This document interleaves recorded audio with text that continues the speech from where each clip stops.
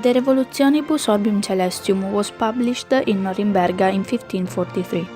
It is the transition from Ptolemy's geocentric system, in which the Earth was in the middle of the universe, to Copernicus' heliocentric one. It considered that the Sun was static in the middle of the universe, and the Earth and the other planets orbited around it. The conclusions of the treatise were not taken so much into consideration by the society of that time, but they were criticized by the scientific and theological community.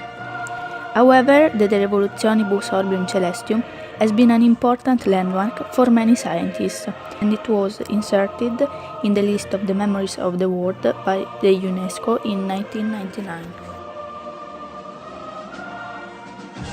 Copernicus' theories influenced other fields of human studies apart from the scientific one. First of all, he can be considered a true philosopher. In fact, his revolution has been both scientific and philosophic. The Earth is no longer at the center of the universe. As a consequence, man's position in the universe changed radically, and his feelings towards God changed too. Therefore, thanks to Copernico, there was a translation from the old medieval mentality to the one of the modern Western society. Copernico inspired also many literary works. In particular, Giacomo Leopardi wrote the moral essay called Copernico. In the essay, the Sun asks Copernico to make the Earth stop being inactive. The scientist decides to try, even though he's skeptical about it. The main themes of the essay are the revolution of the Ptolemaic system and its consequences in the metaphysical human field.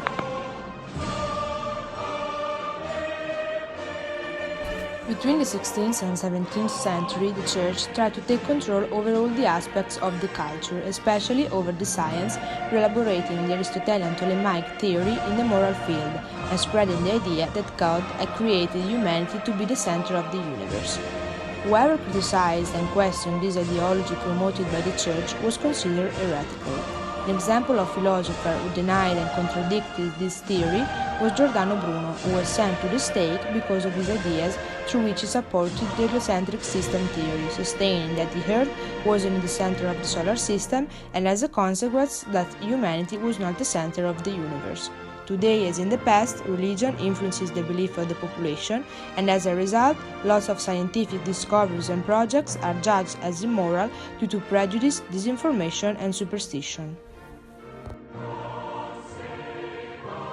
Copernicus, elaborating its heliocentric theory, the Sun at the center of the solar system and the Earth around it, that goes against Ptolemy's geocentric theory, believes in the circularity of the orbits and that the universe is finite. Galileo shared the mistake of Copernicus, convinced also that only circular trajectories were possible in the sky. Even in this aspect, Galileo remained connected in both Ptolemaic and Copernican prejudices. On the other hand, Kepler shows that the orbits of the planets are actually elliptical, but he continues to believe that the universe is finite as Copernicus. In the end, Newton asserts that the planets' orbits are elliptical, but contrary to Copernicus and Kepler, he believes that the universe is infinite.